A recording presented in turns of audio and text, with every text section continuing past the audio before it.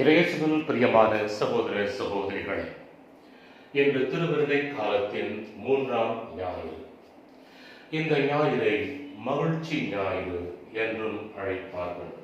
கௌதாத்தே Sunday என்றும் இதனை அழைப்பார்கள். இன்றைய சிந்தனையானது நமக்கு கொடுக்கப்படுவது என்னவென்றால், நாம் என்ன செய்ய வேண்டும். இன்று எல்லா மதங்களிலும் மக்கள் மத்தியிலும் ஒரு தவறு செய்கின்ற பொழுது அதற்கு பரிகாரம் செய்ய விரும்புவார்கள். நான் இந்த தப்பு செஞ்சுட்டேன், இதுக்கு ஏதாவது பரிகாரம் பண்ணணும் என்று சில மதங்களில் இது அதிகமாக இருப்பதை நாம் பார்க்கலாம். நான் ஒரு பங்கில் பணியாற்றிக் கொண்டிருந்த போது ஒருத்தர் ரொம்ப சோகமாக வந்தார். என்ன விஷயம் ஐயா, இவ்வளவு சோகமாக இருக்கிறீங்க என்று கேட்டபோது, ஃபாதர், வீட்டில் ஒரே பிரச்சனை, என்னமோ கெட்டது நடக்கிறது மாதிரி இருக்கு ஃபாதர், வீட்டில் என் ஒய்ஃபுக்கு உடம்பு வர முடியாமல் போகுது என்று சொல்லி, இது எதனாலன்னு தெரியல ஃபாதர், இதுக்கு ஏதாவது பரிகாரம் இருக்கா, ஏதாவது பண்ணணுமா என்று கேட்டார்.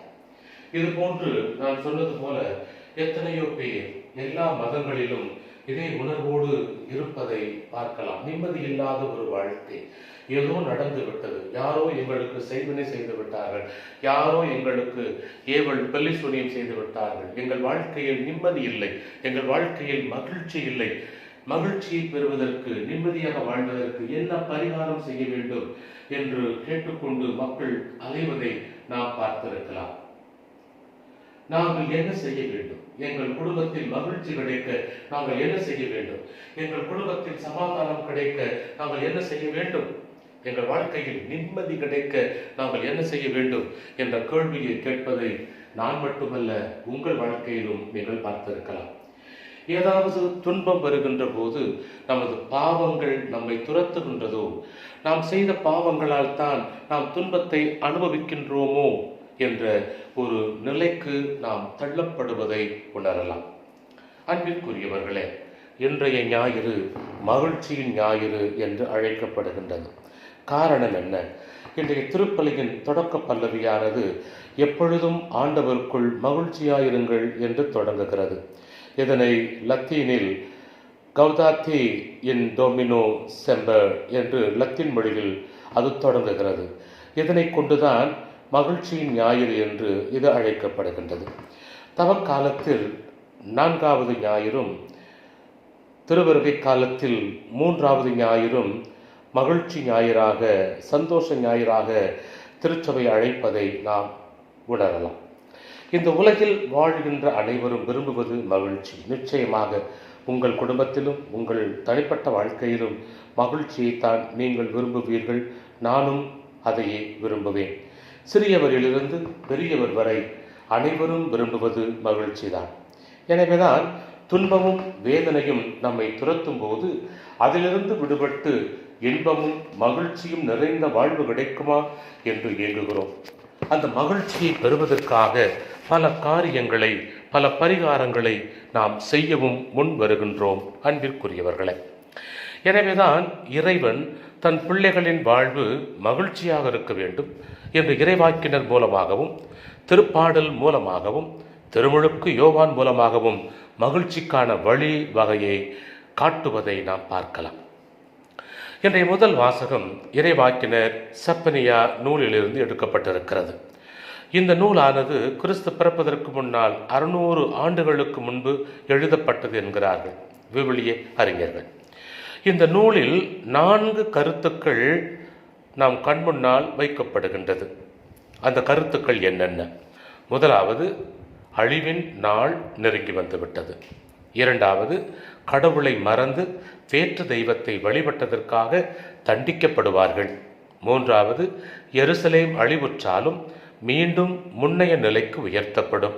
4வது, பணிவும் நேர்மையும் மிக்க மக்கள் மீண்டும் அங்கு வாழ்வார்கள் என்ற செய்தியினைத்தான் முதல் வாசகம் கொடுக்கிறது. அன்பிற்குரியவர்களே, இன்றைய வாசக பகுதியானது இறைவன் தான் கொடுத்த தண்டனை தீர்ப்பை ரத்து செய்து வெற்றியை, மகிழ்ச்சியை பரிசாக கொடுக்கப் போகிறார். எனவே சந்தோஷமாக இருங்கள் என்ற செய்தியினை கொடுப்பதை நாம் பார்க்கலாம். மகளே சீயோன், மகிழ்ச்சியால் ஆர்ப்பரி, ஆண்டவர் உன் தண்டனை தீர்ப்பை தள்ளிவிட்டார். உன் பகைவர்களை அப்புறப்படுத்தினார். உன் கடவுளாகிய ஆண்டவர் உன் நடுவில் இருக்கிறார். உன் பொருட்டு அவர் மகிழ்ந்து களி கூறுவார் என்ற மகிழ்ச்சி செய்தியைத்தான் இறைவாக்கினர் சோர்ந்து கிடந்த அந்த மக்களுக்கு கூறுகின்றார். அன்பிற்குரியவர்களே, ஆக நம் இறைவன் நம் துன்பத்தில் மகிழ்பவர் அல்ல, மாறாக வேதனைப்படுகிறவர். அவரின் தண்டனை என்பது நம்மை அழிப்பதற்கு அல்ல, மாறாக நாம் செய்த தவறை விட்டு விலகி நேரிய வழியில் தூய வழியில் வாழ வேண்டும் என்பதற்காகவே என்பதை உணர வேண்டும். எனவேதான் நாம் தவறுகளை ஏற்றுக்கொண்டு மனம் வருந்தி தூய வாழ்க்கை வாழும்போது இறைவன் நம் பொருட்டு மகிழ்ந்து களி கூறுவார் என்கிறார். அவர்தான் நம் கடவுள் என்பதை உணர வேண்டும் என்கிறார். இன்றைய பல்துறை பாடலாக எசாயா இறைவாக்கினர் நூல் 12ஆம் அதிகாரத்திலிருந்து கொடுக்கப்பட்டிருப்பதை நாம் கேட்டிருக்கலாம். அதாவது, சீயோனில் குடியிருப்போரே ஆர்ப்பரித்து அக்களியுங்கள், ஏனெனில் ஆண்டவரின் சினம் தணிந்து விட்டது. உனக்கு அவர் ஆறுதலும் அரவணைப்பும் கொடுத்துள்ளார் என்று கூறுவதை நாம் பார்க்கலாம். அன்பிற்குரியவர்களே, இந்த இரண்டாம் வாசகமானது பவுலடியார் பிலிப்பு மக்களுக்கு எழுதிய மடலிலிருந்து எடுக்கப்பட்டது என்கிறார்கள். இந்த மடலானது அவர் சிறையில் இருந்து எழுதுகிறார் என்று அறிஞர்கள் கூறுவதை நாம் உணரலாம். இந்த மடலானது கிறிஸ்துவை பின்பற்றுகின்றவர்கள் அல்லது கிறிஸ்துவை பின்பற்ற விரும்புகின்றவர்கள் இறைவனோடு எப்படிப்பட்ட உறவினை ஏற்படுத்தி கொள்ள வேண்டும் என்பதை கூறுகின்றார். பவுலடியாரின் நெஞ்சுக்கு நெருக்கமான மக்களாக இருந்தவர்கள் பிலிப்பிய நகர மக்கள். காரணம் என்ன? ஐரோப்பிய மண்ணில் முதலாக இயேசுவை போதித்தது பிலிப்பில் தான். பரிசேயர்களால் துன்புறுத்தப்பட்டு பிலிப்பிலிருந்து விரட்டப்பட்டார் பவுலடியார் என்று பார்க்கலாம்.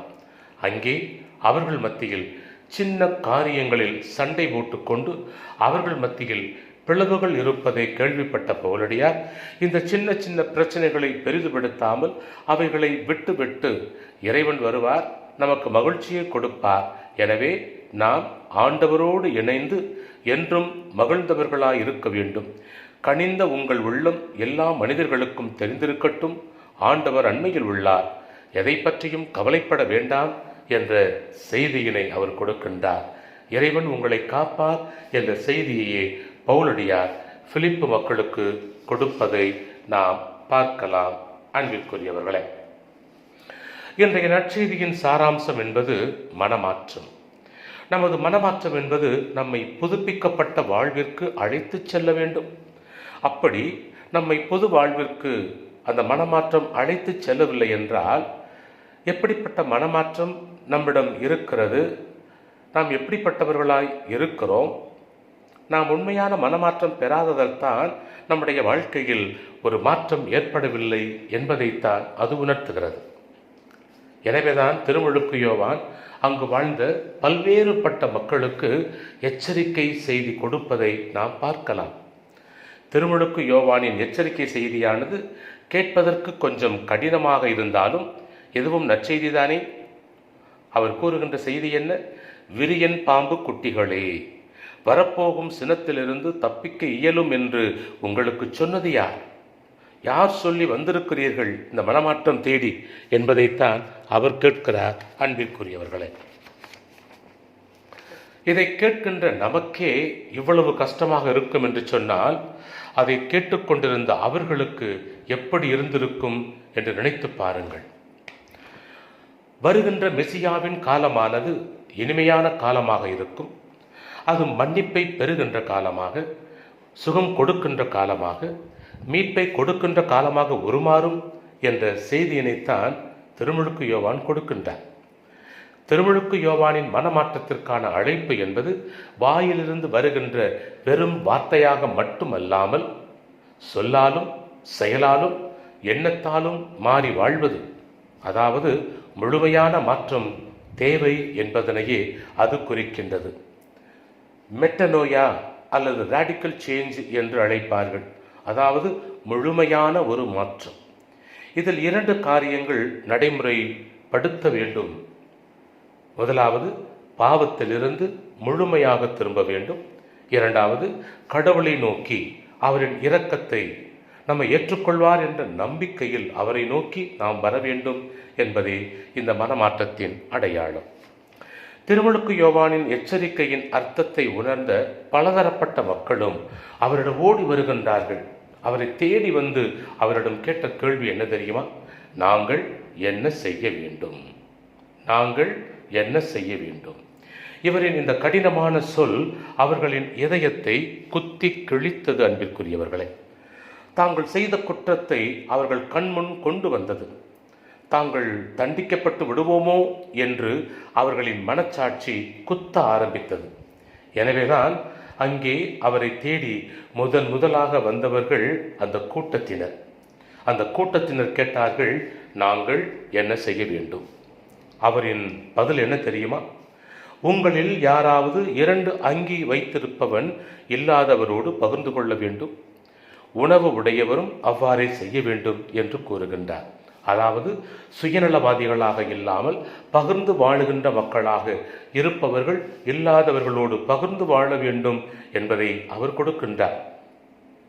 சுருக்கமாக, அதிகமாக இருப்பவர்கள் இல்லாதவர்களோடு பகிர்ந்து கொள்ள வேண்டும், இன்னும் சேர்க்க வேண்டும், இன்னும் சேர்க்க வேண்டும் என்று குறுகிய மனப்பான்மையோடும் சுயநலத்தோடும் வாழாமல் அடுத்தவர் நலனில் அக்கறை உள்ளவர்களாக, அடுத்தவர்களும் வாழ பிறந்தவர்களே, அடுத்தவர்களும் மகிழ்ச்சியாய் வாழ பிறந்தவர்களே என்ற உணர்வோடு பகிர்ந்து கொள்ள வேண்டும் என்கிற செய்தியைத்தான் அந்த கூட்டத்தில் இருந்த மக்களுக்கு அவர் கொடுக்கிறார். அங்கே இரண்டாவது வருகின்றவர்கள் வரி தண்டுவோர். அவர்கள் திருமுழுக்கு யோவானிடம் வந்து நாங்கள் என்ன செய்ய வேண்டும் என்ற கேள்வியை எழுப்புகின்றார்கள். அதற்கு திருமுழுக்கு யோவானின் பதில் என்ன தெரியுமா? உங்களுக்கு குறிக்கப்பட்ட தொகைக்கு மேல் எதையும் வசூல் செய்யாதீர்கள் என்கிறார்.